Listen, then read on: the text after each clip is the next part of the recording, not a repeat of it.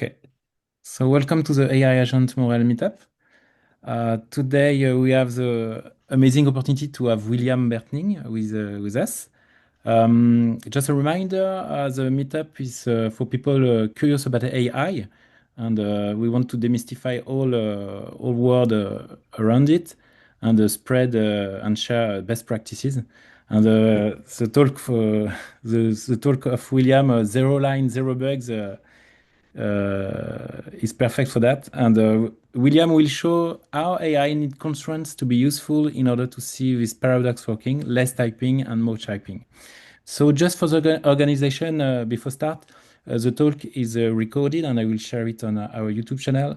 Feel free to see it again and feel free to ask any question in the chat. We'll try to answer it, depend on you, William, along the presentation or at the end. And the place is yours. Thanks to be with us, William. Thank you. And I'm a pretty unstructured person, so if questions come in like mid talk, that's all the better for me, really. So feel free Okay. to jump in at any time, really. And Uh, you can open your mic also. and we're a smaller group today, so we can take advantage of that. Uh, Sorry? All attendees can open a mic also. So Right, right. Yes. All right, cool. So hello, I'm William. Maybe I should share my screen as well. Here we go. Well, I can start off. My name is William. I'm a freelancer, software engineer. I've been doing freelancing for, is it? I think it's about 3 years now. Still pretty new to me. Still kind of scary, like not always kind of job security out the window sort of thing. But given the current market and everything that's going on, I think we're all kind of in a risky, how to say, situation. Not don't want to like fearmonger or anything, but it's a lot of stuff going on. So it's a good time to do some freelancing. I tell myself. Uh, okay, let's see. uh, I can figure just out a the little reminder because we have yeah. attendees that join the presentation. The talk is recorded and we'll share it on our YouTube channel. Feel free to ask a question on the chat or just open your mic if you have a question for William. Uh, Hmm? so it's okay. Yeah. Is my screen okay as well? Yeah. Excellent. Okay, so here's me, and here's the working title that keeps on changing. How to do your job and stop writing code. It's kind of aligns with the zero lines, zero bugs sort of thing. I used to do this in like a Google slide, really quick and dirty. So it was originally a saving your tokens presentation. Now since then I've upgraded my subscription, so now it's at least a slide dev presentation. Uh, so th this was made with code. We can check that out later if you guys want. But let's see. Oh, it didn't get my latest stuff. Well, there we go. Oh, there it is. I sort of vibe coded in a picture of me at the last second. Huh? Yeah. Uh, so so this is me. As I said, freelancer, making stuff for about 15 years. Personally, I would say maybe a little bit more, but that's how usually people share how long they've been in the industry. I've got kids, plenty of personal interests. I play a lot of chess, for example. So yeah, I like to get into a lot of things, and Y- Yeah, and if you have 15 years of experience, you see the transformation of our industry thanks to AI. Yeah. yeah, for sure. And there are people who have been in the industry longer than me who see even, bigger changes. I spoke to someone just the other day who's been, I think he's been like well over 25, 30 years in the industry, and he sort of sees things from an even like higher perspective. But we make use of each other, right? We got to make use of all the ranges of experiences and share where we are right now. And I feel like being around 15 years in is a very exciting time because I feel like there's a lot of stuff that I've learned, but my beliefs are not quite set in stone yet. So it's a fun place to be, at least for me. I don't have a reference point because I'm not new anymore in the industry, but yeah, that's what it is. But do you have some students? No, in because Uh, it's interesting to see the question of competence gap between the junior and AI. You know. Yeah, for sure. I've been working a lot with juniors or whatever you want to call them, newly examined people, or and it's been like that for me working with less experienced people for quite some time. I would say last 5 years or so. The AI phase is new to me. It's a new phase that I've been starting in since September, where I don't do any mentoring anymore, any tutoring, nothing like that. Mainly just focusing on myself. It's very new to me. I did this like when I started out in the industry, it was all about me. I got to learn everything. I shipped all the bugs that I fixed blazingly fast, becoming the young rock star. That was kind of the early days, right? And then I kind of wised up and realized, hey, this doesn't work. This isn't going to scale. There are some people who kind of see through what I'm doing, who didn't think that I was taking enough responsibility, which I wasn't. I was new, I was having fun. So I started trying to learn more about responsibility, and with that came mob programming, pair More programming. programming. Yeah. Yeah, yeah, I love mob programming. It's one of my like big passions. And it's it it it's I became kind of this more responsible figure, I guess. And so yeah, I've been working with a lot of people with less experience, but this the whole AI thing is quite new to me. Now it's more focusing on my own workflows again. And I'm happy to go back into that again. Yeah, so the thing that has been working for me with AI has been um, mainly test-driven development, TDD. We're gonna go into TDD today. I'm just gonna show how it works. It's very, it should be zero yawns because it should be very simple. Just to show you how it is, you get the picture. We're talking 5 minutes max. Okay. I'm gonna be using Claude Code. We're gonna be maybe going into beads a little bit. It's an issue tracker, pretty cool. I like it. It's made by a guy who's extremely controversial when it comes to AI. He basically says if you don't use AI, you're a bad developer. I think he said that like today or yesterday, this week. I don't know. Very Okay. controversial guy. Yeah, but I like the tool, and yeah, live coding obviously, and maybe a little bit about Git as well. But there's a bunch of subjects, so we'll go wherever we end up, basically. For those who have heard of Woody Zool, big fan of Woody. He's very flexible with his talks, and you know, it's, we that's how flexible I want to be as well. Okay, so the next thing, speaking of flexibility, so I'm European. That means Zoom is kind of a foreign tool for me. Uh, all we heard about Zoom is that it's banned everywhere, with government officials and everything. Uh, so I'm gonna try and figure this out. So if I share my ultra wide screen, you guys are gonna be in trouble, right? So because You have a problem to share your screen? No? well, I'm gonna share window just so we can get a good Yeah. aspect ratio going. Sharing an ultra wide screen is not very ergonomic. Here we go. So we're gonna just jump straight into TDD here, and I'm gonna share Okay. this. Yeah. Here we Nice. go. So this is a code editor called Visual Studio Code. It's the Insider Edition preview. A friend of mine told me recently you should always use the preview version.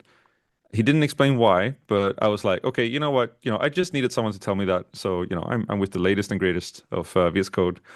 Uh, and down here we have Claude Code, which is executed through a terminal. And this is really the Claude Code experience. This is the experience that I got when I started using Claude Code, and this is the experience that I yet today. I started using Claude Code in August this year, August, okay. or sorry, last year. Last Yeah. year. So just a couple months, and it's the same experience, maybe slightly improved. And we're going to be doing TDD. That's what I said, right? So first, we're going to switch to the fastest model, so we can make sure to keep this light and fun. And uh, with TDD, we're going to be solving a code challenge. We're going to be solving it by stating a bunch of things about how a program should work. Uh, it's kind of like I usually say that I have a phone call with my mom, and the printer doesn't work, and she won't explains to me how it should behave. Given I press this button, it should take this paper and make a copy of or whatever. Okay. And that's what we're going to be doing with TDD. We're going to describe the way the program works. Uh, and we're also going to need a code challenge. So what I'm thinking is using a very simple code challenge here, because I don't want us to slip up on doing some kind of very complex thing here. So usually I go between FizzBuzz or another one called closest to zero. And if anyone would like to pick any of those between any of those, or maybe give another one to really put me on the spot, that would be great. Don't hesitate to write closest to zero. Justin. Closest to zero. Yeah. All right. Ouais, François. Great. Okay.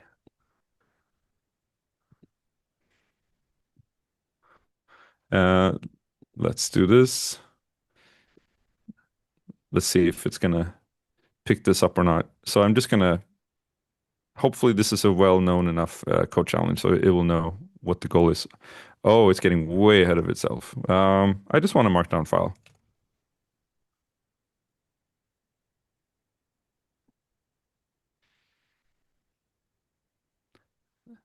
Claude Code was eager to give us all the test files.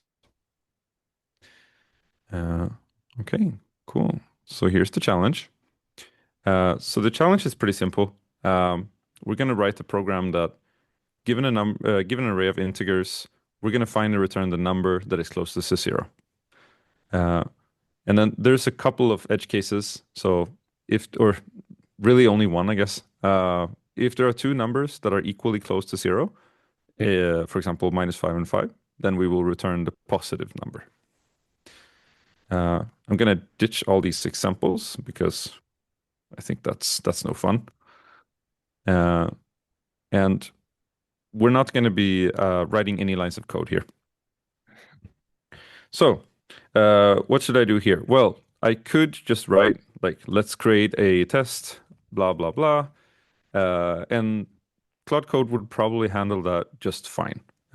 We write the test first, and then we do the implementation for that test. And we could probably write it just like this. That's boring because then we're going to have to repeat ourselves all the time. So I've created a couple of custom commands for this. I have a prefix for them called my, so they don't interfere with my actual like regular work stuff. So here I have one called red, and in TDD you have three phases. One is called red, one is called green, and one is called refactor. So the red phase is where the printer doesn't work. It's where the thing doesn't do what it should be doing, but you are to describe what it should be doing. And the green phase is where you try to make it do the thing. This is usually what we do as developers every day, right? We just do green, green, green, green, green. But if we don't write any tests, we don't actually know what's green. We're called colorblind basically during our work. And then we have refactor, where you made the thing do the thing, and now you gotta make it do the thing a bit more nicely, so you can live with yourself, and the maintenance is easier and so on. And the red is to avoid a positive, false positive. Yeah. Yes, exactly. People who work at CDD, they have thought of so many beautiful ways to say these things. There's so many interesting quotes out there, but what you said is one of them for sure. It's kind of like a scientific approach to making something useful. Like, is the thing you made actually useful? And I think we all know that sometimes the answer is no.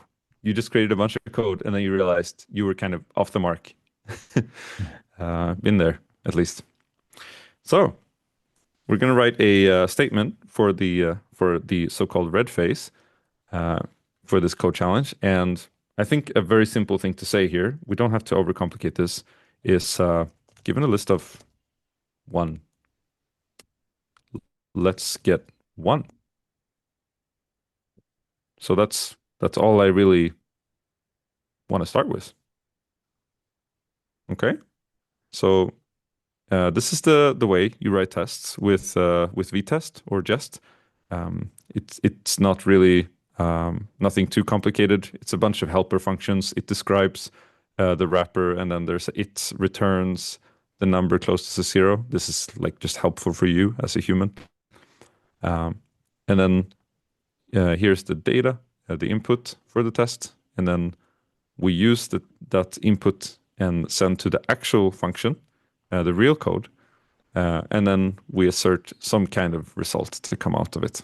And do you have provide on your command myred the pattern arrange act assert also? Yes, it's also Yeah, okay. included. Yeah. So I'm just going to go ahead and accept that.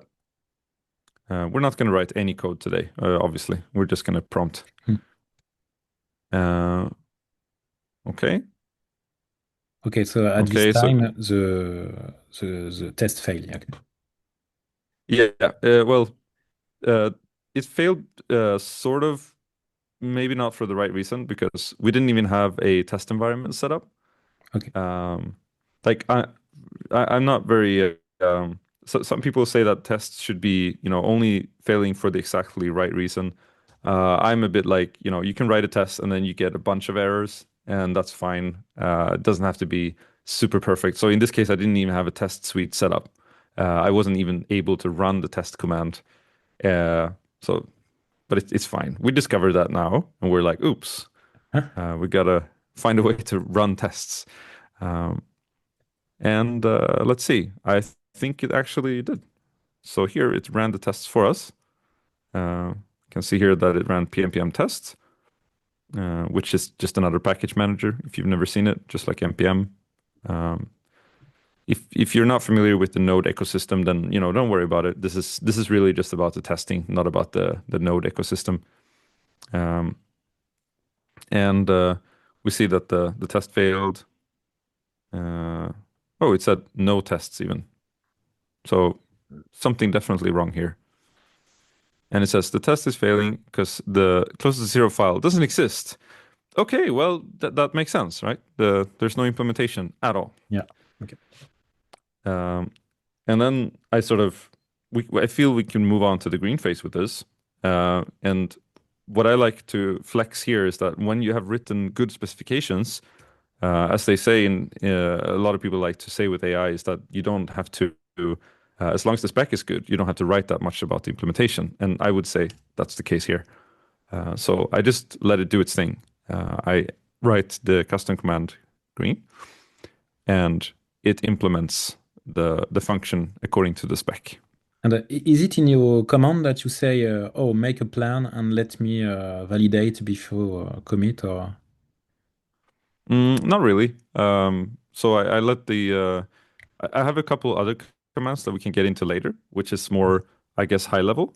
Um, but as a developer, I feel like TDD is my main tool because like I need all the levers as a developer. I don't need to throw away the ability to specify tests on this level.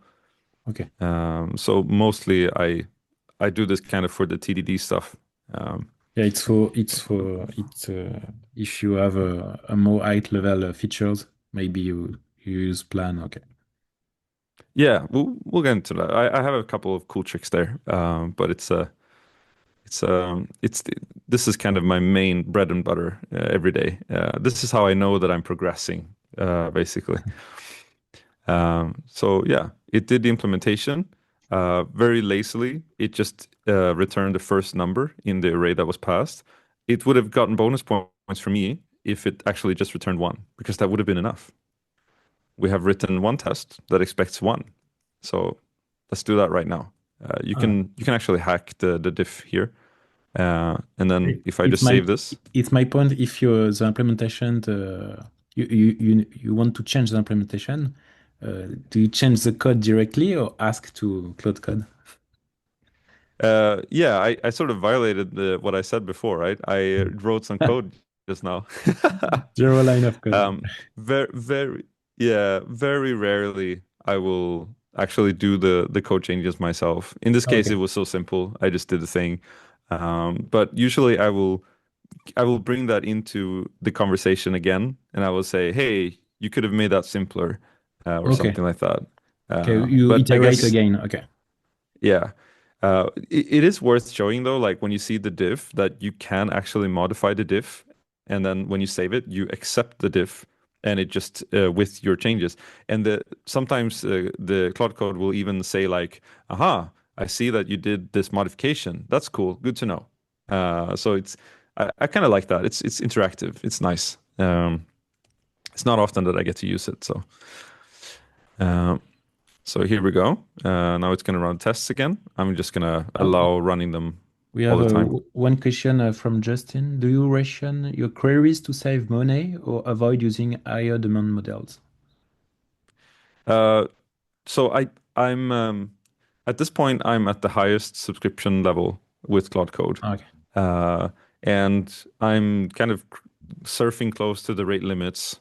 So that's kind of a question that I've been paying to avoid that question basically. Uh, as a freelancer, you have some kind of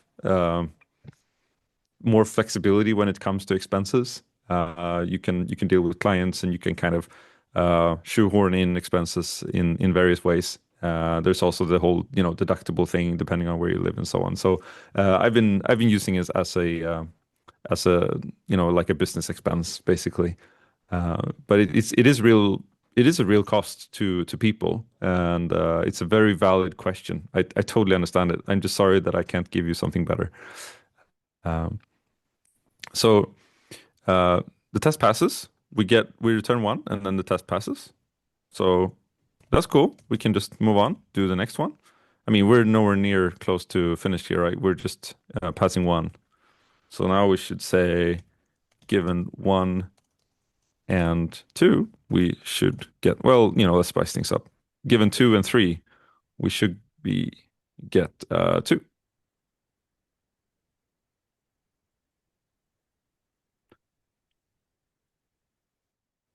There's the failing test. It calls it, respects two. I guess this testing is like inspecting tests is more important to me. Inspecting implementation it's also good, but it's feels more important that I have the right kind of expectation from the get-go. Otherwise, everything's just going to get worse from there. So this looks good to me. Can accept it. And the test failed. Excellent. And I just do green.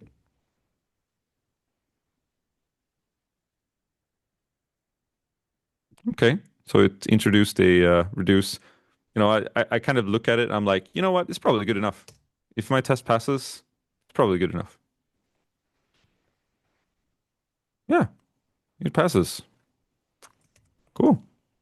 And Move on to the next for the one. implementation, you Yeah. use only what we have in the packages, for example, or you can install new libraries for the implementation part. Do you mean like if I let it or if it might do it, or how do you mean? When you launch My Green Task, if you need a library that is not present, exist in the packages, you try to install Hmm. it, and that's It will try to add it. Yes. okay. Okay. Most likely it will run the CLI command for adding. So like pnpm add or pnpm install, for example. Okay. So that's usually like a red flag, like, oh, you wanna get this? Why? Tell me more. Okay. Okay, so let's do this. Given -1 and 1, we should return 1, and then maybe we should explain why. right? Because it is positive. Positives come first.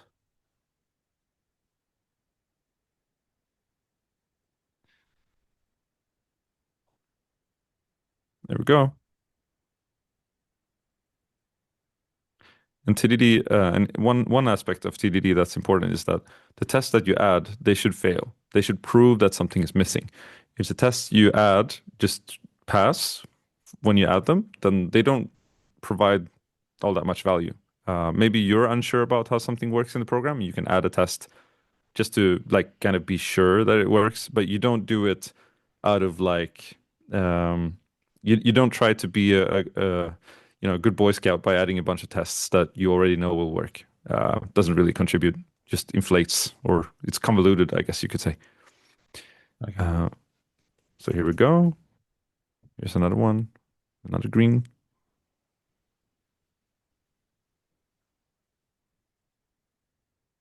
And okay, so from what I can see, it's using well, to be frank, like mm, here's the abs. Okay, it's checking if it's the same as the abs number, and then it's returning whatever number that is positive, I guess, out of that. The test Okay, pass. Yeah. yeah, good enough to me. Okay, um, so with that, I have basically solved this challenge, I believe. I mean, there's always the edge cases that you can do, like what if there's no list and things like that, but they don't really provide value to the code challenge, in my opinion.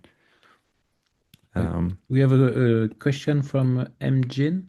I'm currently using Copilot with agents within my IDE to dynamically add and modify code using prompts.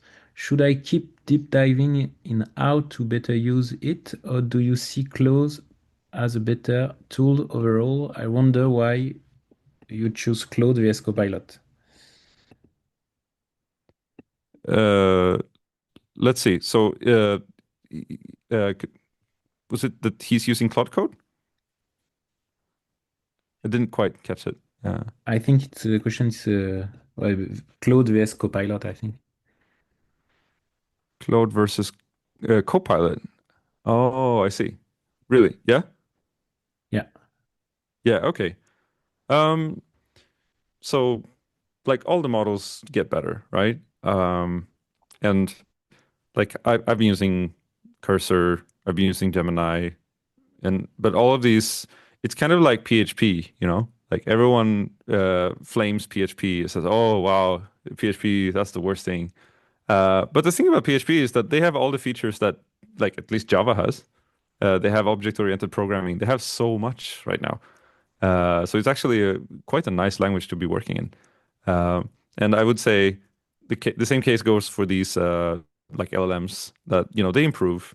Like we all have our experiences, but they're based on different points in time.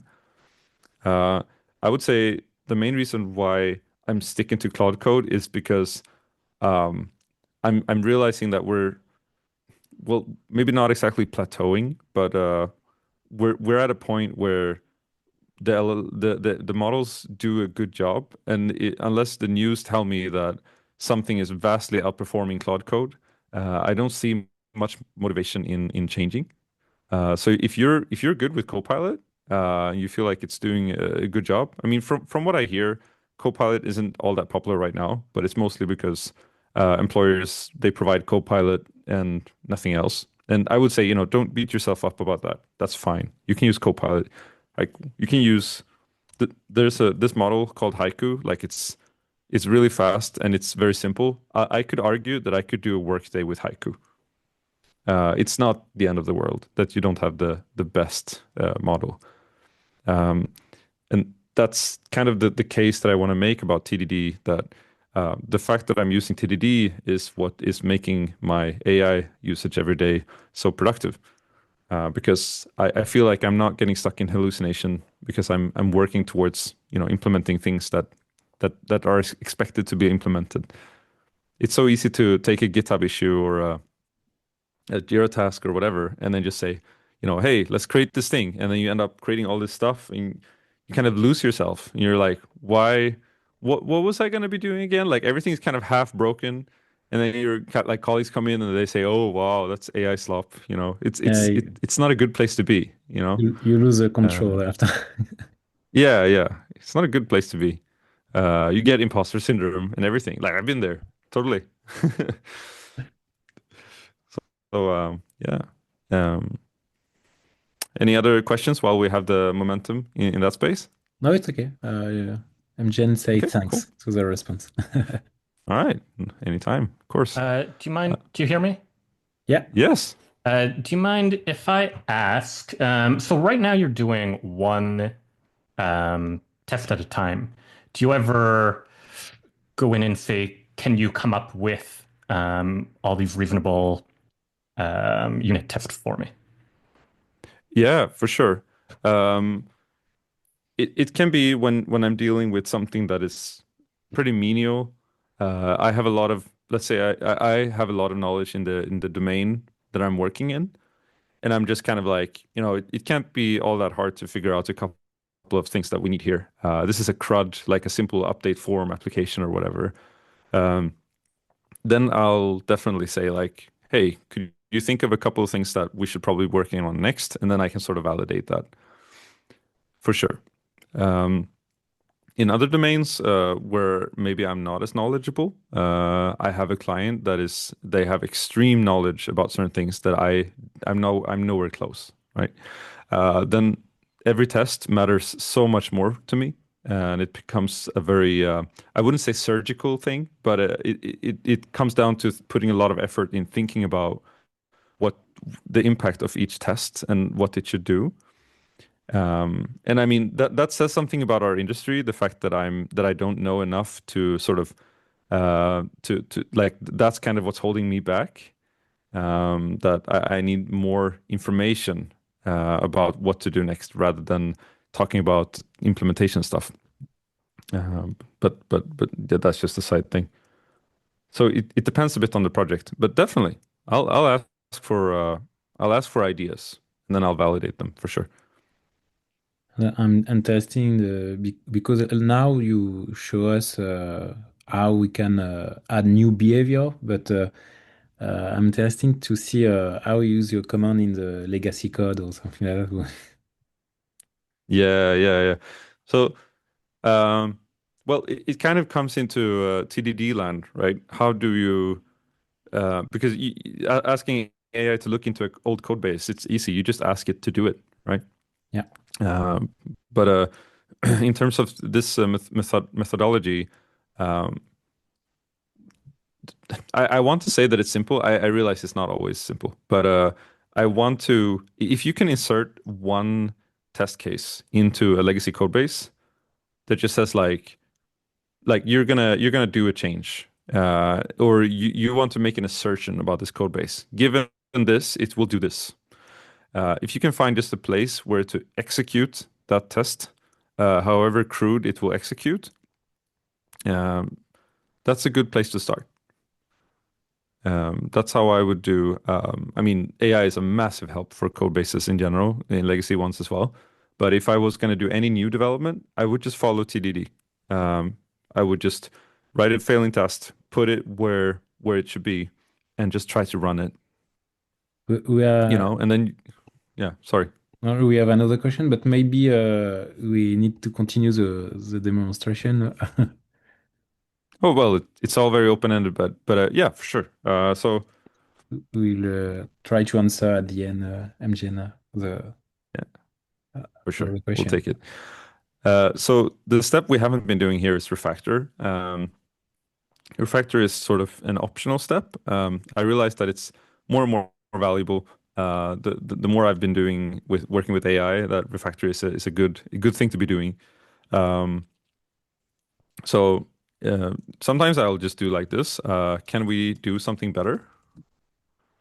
And it will just like tell me a couple of ideas. This kind of goes in line with what Justin was asking, like because this is the domain that I'm comfortable with. It's mainly like programming, right? So I'll just be open for ideas. Oh, it's very eager here. It wants to suggest changes immediately. Okay. Well, okay. So what it's suggesting is comparison logic is a bit complex. It's going to extract a helper function. Okay, cool. And so I can like look at this, and the best part about tests is that I don't have to. I mean, as long as the tests pass, I can refactor so much, Yeah. right? So I can feel comfortable. I can be like, you know what, do it, go You have for it. your harness Um, test, yeah. Your yeah, test harness, yeah. yeah. Here we go. I mean, it gets a bit suspicious if the AI is going to be like, oh, this test is failing, but that's just because we're refactoring. Let me update the test. That's where you want to be like a little bit careful. Like, oh, really? Are you sure? Or the favorite, which is like, oh, we just have some failing tests over here, but they're not related. Like, oh, really? Okay. Let's double check that real quick. Okay. So that's the refactor phase. So this is the part that I want to show about TDD. This is the bread and butter for me. This is how I've been doing development like every day for months now. Um, Next, I could show you the how these custom commands are built. They have a couple of interesting things in them, I suppose. Um, you could also do questions. I have some question, but I will. Do you think you have more things to see? He remained 20 minutes, so I think I will ask at the end. François, say, let's Okay, see for the sure. comments. Okay, for sure. Let's see the commands. So since I'm sharing a window, I'm just gonna reuse this window. Here we. Okay, I'm gonna look up the instructions that I have. Here we go. And let's see if I can remember. Oh yeah, it's there in here. Yeah. So I made a tool. I made a repo, which is it's like a generator. You can run it. It's very easy. It's like npx cloud instructions. This is how you run it. We can link it later. So if you run it, it will generate all these custom commands either on your user level, on your like machine, or user on your machine, I guess, uh, or in your repository. Excuse me. And uh, it generates. You can choose what commands to generate, but there's a couple of defaults. And here you can see there's a few familiar faces here. You have red. What it does is it basically generates markdown files and it puts them in a Claude folder. And then next time you start Claude, Claude will just pick up these markdown files. And what's cool about custom commands is that they're pretty easy to make. So you can like make them yourself. I even have like an add command, custom command. It's a bit Inception. So you can run that and you can create more custom commands for yourself. And in here, I basically have like a copy paste, and this is why I made this repo because it's a lot of copy paste between red, green, refactor, and a couple others about basically just how TDD works. Like I'm force feeding AI the principles of TDD like all the time, uh, so it cannot forget basically.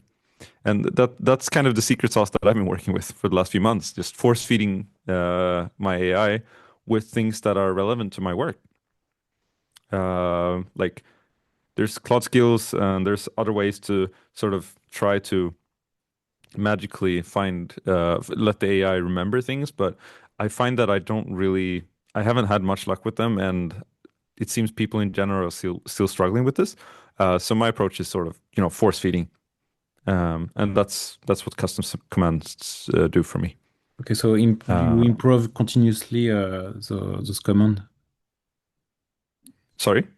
Um, when you try when you see that you have miss some instruction in the markdown file, for example, for the red.md, you try to add those instructions along the way, right? Yes, Yeah. exactly. Um, so and these commands are generic, but then the generator also picks up. You can create like a section in your Claude file which looks like this Claude commands template, and then it will take that and it will copy paste it into each of your into each of these custom commands, which is quite nice because then I can I can avoid another layer of copy pasting. Really. Um, And I so it's heard that now skills and commands are the same, no? well, skills are more like automagic stuff. Okay. You add them to Claude, and then Claude will you decide some keywords when they should trigger, and then Claude kind of becomes aware of the skill. But Okay. some people do TDD that way, and it works just fine. But it has its drawbacks because skills don't always activate when they should be activating. Okay. And I prefer sort of the just the force feeding method here, which is Keep the control. yeah, basically. And then I get to make a couple of funny commands every now and then. I have a favorite called a beep boop, and I strongly believe in, taking ownership of whatever you create. And if I create something with AI in GitHub or somewhere else, just writing something, I don't want people to have to guess whether, I made this with AI or not. So when I'm obviously making something with AI, I just use the beep boop and then I say, make a comment on GitHub in this issue saying blah, blah, blah. And then it's very clear. It says at the top, like, hey, this was made by user William, and I'm just writing this for him. He reviewed it, and it's fine. But I'm a robot, sort of. Um, so it's one of my favorites.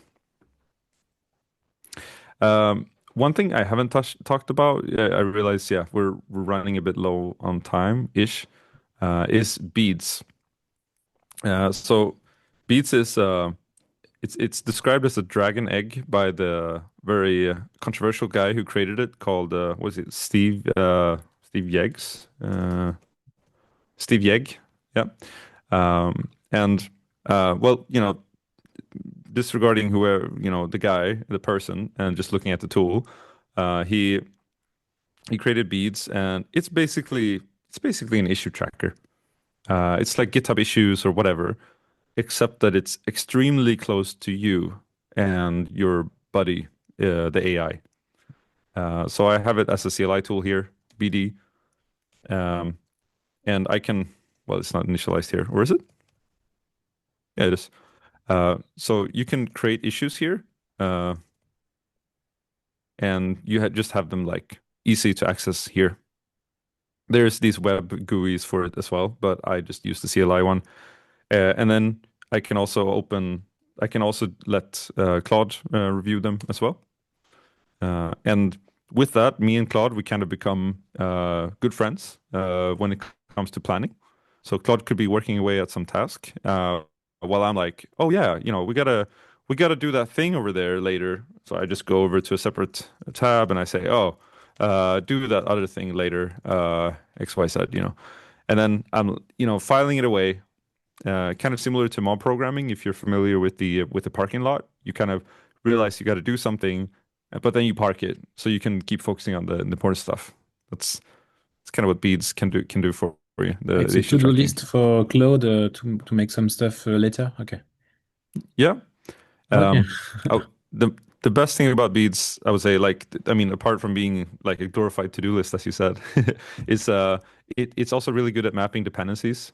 So if you're doing like at length discussion with Claude, and I say, what, let's create beads issues. Like, I think we got this figured out. Let's start creating beads issues.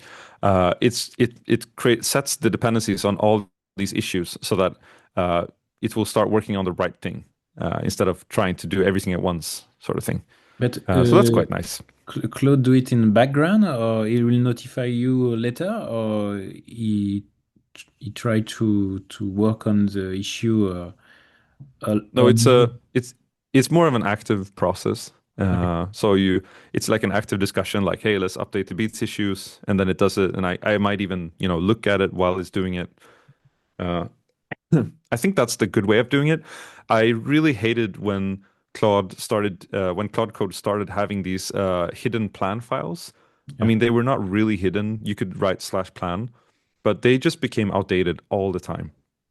So I included in all my custom commands that you're forbidden from creating plan files. Um, so instead, I use beads. Okay. So yeah, that's Beats. It's a cool tool. It's very alpha, very new. But it's a good way for me to like when you want to think a little bit about the long-term stuff beyond TDD. Beats is kind of where I could complement TDD in a good way, basically.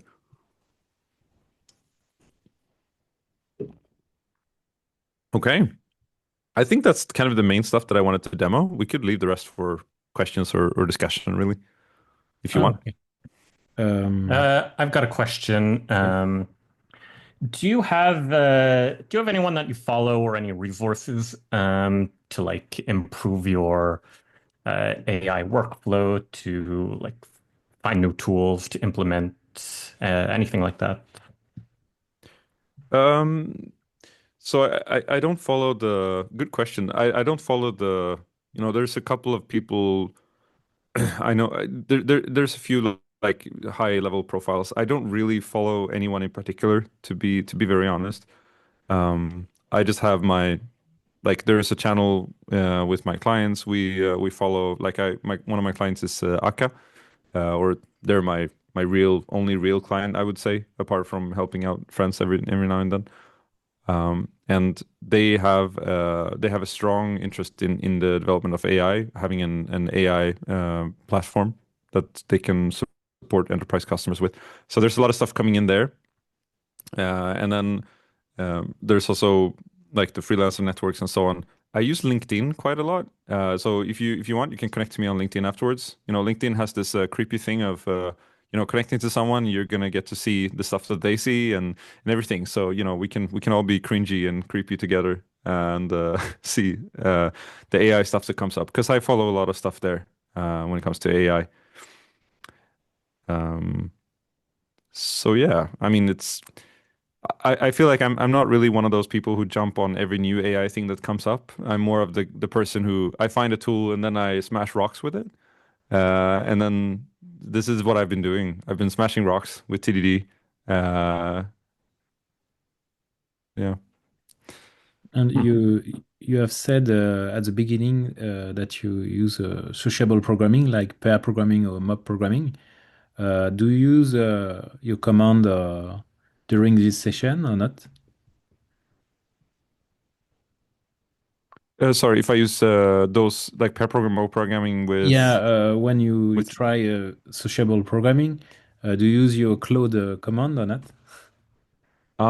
right. It depends on the person. Sometimes like working with AI and then another person, it's like who's gonna get to be the third wheel? Sometimes it's AI, sometimes it's the other person. And if it's the other person, things get a little awkward. So it depends a bit on the dynamics of things. Um, but yeah, I would say it largely depends. Like it's not like it doesn't have to be a bad experience to include AI in a conversation or in working with other programmers. I've been doing mob programming with AI, and that worked fine at some point. Um, My point is that what, yeah. AI can reduce drastically the interaction because it's more easy to ask to the AI agent than your colleague and all the human issue. So, what is your advice Yes. to continue all sociable programming practices in your team? And maybe I have another link question. It's to for junior in order to be able to validate the implementation from the AI. Do you recommend those pair programming or mob programming in order to be able to validate the work done by the AI? Okay, so these two questions are really fun questions to answer. I will try to even out my answer a bit. So, uh, for the first one, um, like for succeeding with working with your colleagues, I think I believe a lot in ground rules. Like if you're working with a colleague, remote or locally, like focus on what your colleague is saying. Like don't multitask. Don't like if you're both having laptops in front of you trying to code, it's not gonna work. It's not gonna be actual working together. It's gonna be like kind of social-ish. You know how when kids go to kindergarten, the first few years, it's something called a parallel play. Okay. That's basically what it's gonna be. It's not going to work. Probably. So yeah, so it's a I think usually when I work with other developers, I'm pretty harsh. I say, you know what? I feel like you're not paying attention to what I'm saying right now, but maybe I'm wrong. And then the other person will say, "Oh, sorry, I was just trying to look up the answer." And I said, "Well, I also want to know the answer." Uh, and then we realized maybe we should do it together, right? So if you want resources on that, I would suggest looking up like mob programming, how to do ground rules with mob programming, because that's really a lot of people have tried to figure out how to scale human communication, which is insanely hard, right? But I believe a lot in the ground rules, basically. Uh, when it comes to the junior part of things, so I think I mean, it's hard because I'm not new to the industry anymore, right? So I can't tell everyone this is how it's going to be, this is how it should be for you. Um, but I think that AI is this ever patient teacher that's not going to yell at you for asking, dumb questions.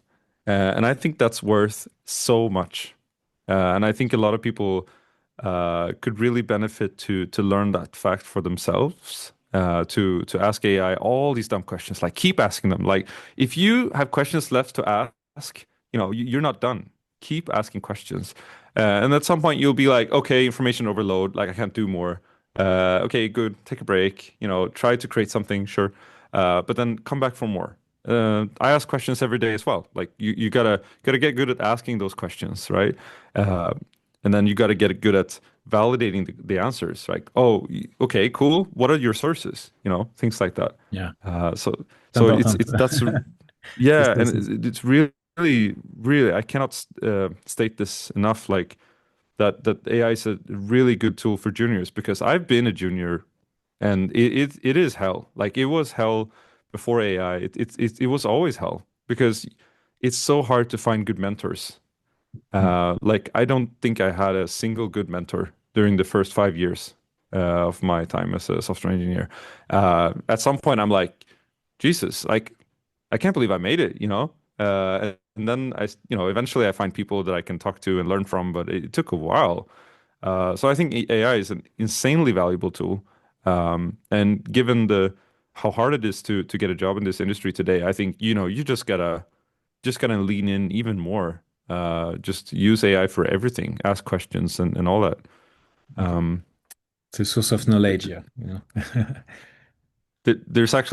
there's a funny thing. I'm considering it whether I should mention it or not, but there's a thing called Bloom's taxonomy of learning, uh, which has to do with how a guy in the 50s thought that you should, gather information, how you should get knowledge into your brain, and a lot of that I would say is outdated when it comes to AI. With AI, you just gotta get started, create a bunch of things, and then ask questions why it doesn't work. Why the hell doesn't this work?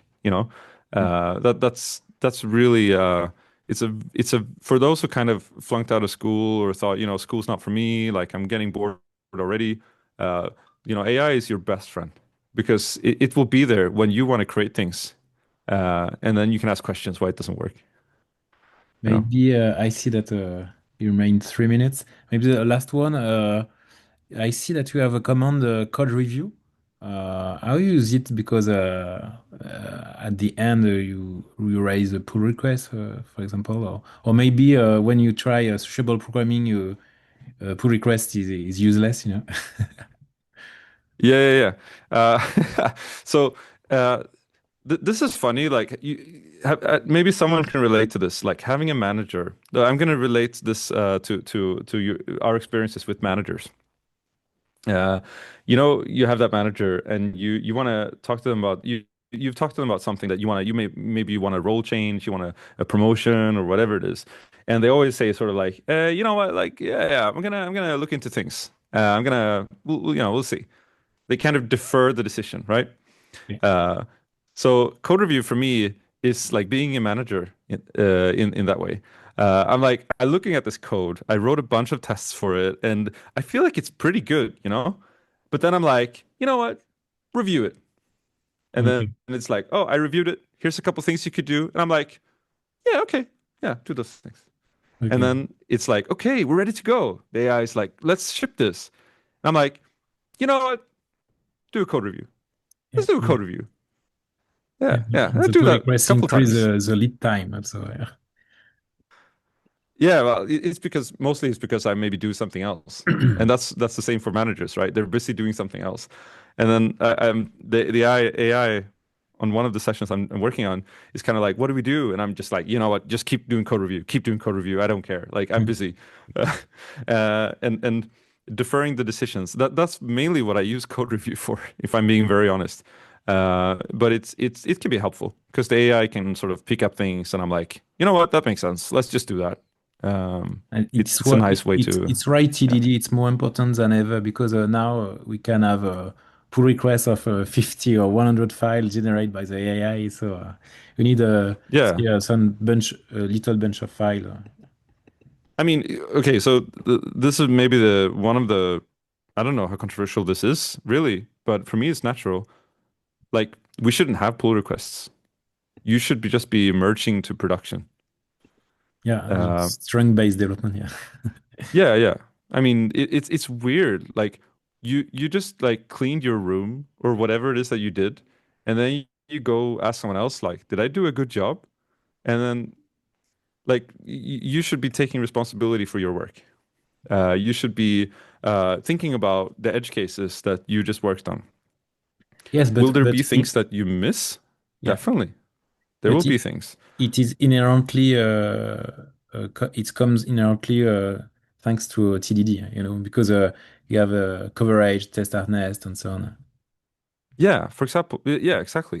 So, like, of course, you will have colleagues who will catch things that you will have a day where you maybe miss something because you forgot to drink coffee or whatever. But I think largely, we need to kind of uh, get more responsible and stop offloading things into code reviews because they just end up taking a lot of time. And there's a pattern, or yeah, there's something called ship, show, ask. So it's you can do three things. You can ship, you can show while shipping, or you can ask. So I think that's a good pattern. Most of the time, we should just ship to production. Uh, yeah. Okay. So if you want to share some links additionally with the meetup, I will add it in the comment of the YouTube video. So I think, do you want to tell us a final word? Um, well, not really. It was Nicholas. It was fun of you to Yeah. invite me to this. Good questions. Great to meet you all. I I'm not a full-fledged expert. I hope you all know that.